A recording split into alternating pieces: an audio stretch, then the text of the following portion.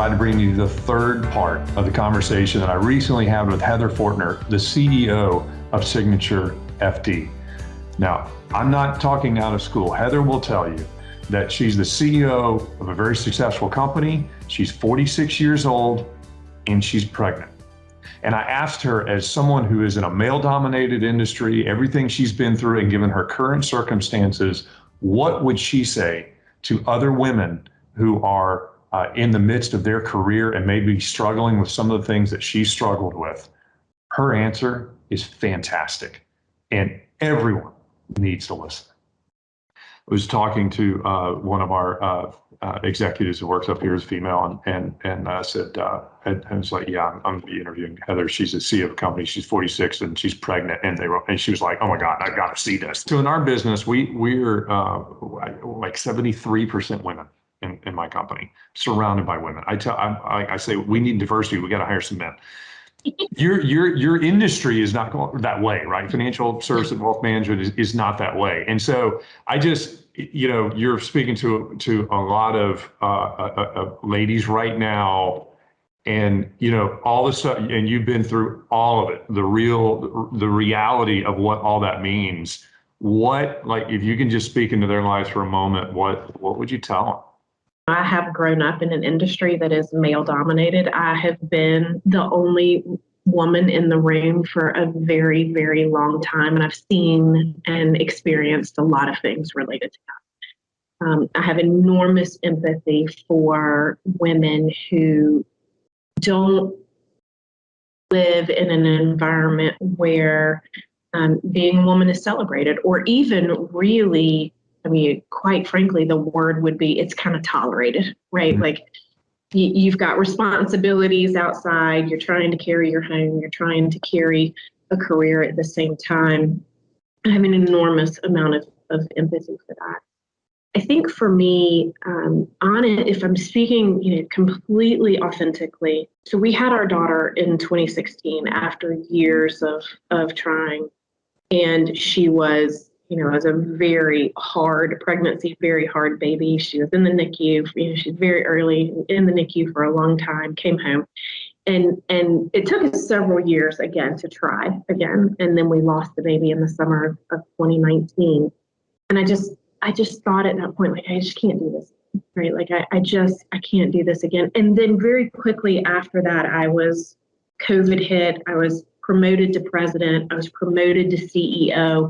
And I had gotten to this place where I just had recognized and come to kind of closure that, my life now was CEO. This was what my life was going to be.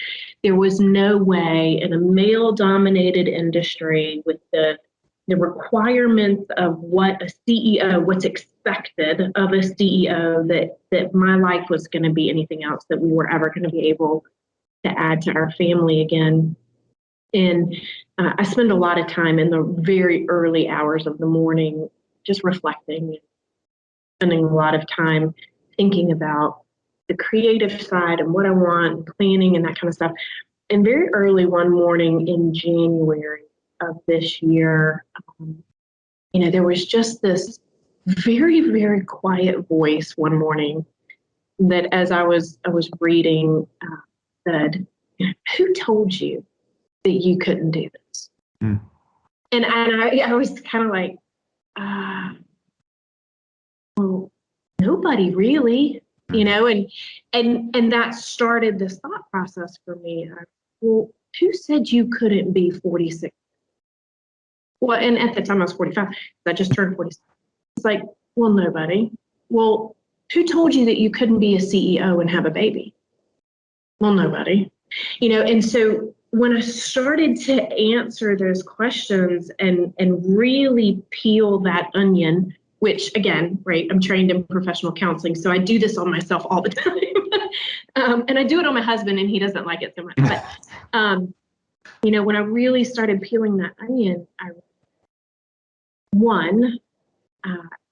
was just scared. I was scared of not being able to handle another loss if it didn't work out well.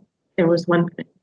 But then two was that I had taken some liberties in assigning to others what their response was going to be to me. And, because I'm surrounded by men and my board of directors is men. And, I had made some assumptions, and quite honestly, some unfair assumptions of what their response would be.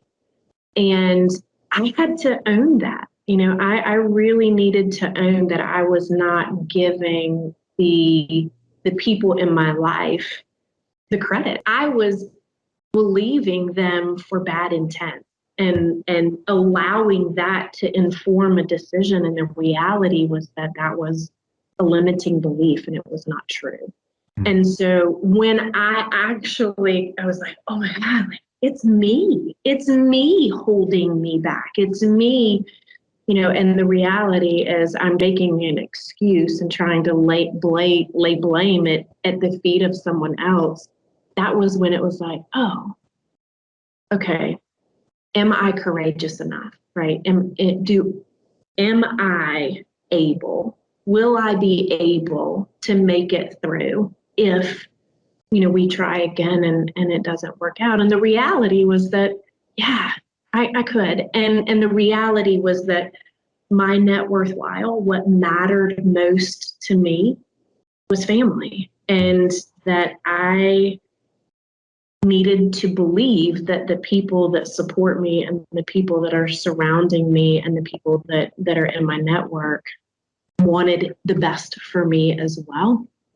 And I have to tell you, it was an absolutely beautiful moment because I was unapologetic. I think that's important. I think a lot of women don't necessarily just come to the table with this belief that their needs and their wants are valid.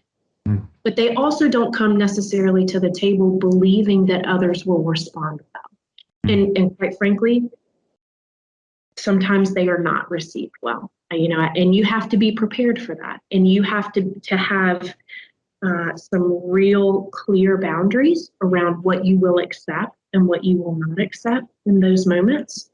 But the beauty was that I was overwhelmed with this joy because, quite frankly, in a 20-year history, these people had walked with me through a lot of loss. And in this moment, it was quite honestly a moment of celebration for all of us, which, I'm so glad that I'm lucky, right? And I know that I'm lucky. I had clear boundaries around what I would accept and what I would not, but that there was space for people to enter into a joyous celebration with me in that.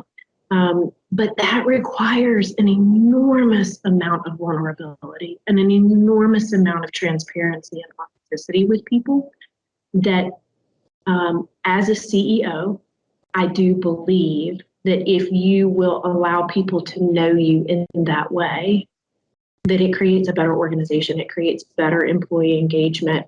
And ultimately, the emails that I got from women in our organization that were like, thank you so much. I'm 35 and I'm single, but I've always wanted kids. And I, had started to really worry about the fact that I wasn't going to find the right person or this was going to pass me by. And, look at you. Like, this means I can do it too. And for me, that's everything, right?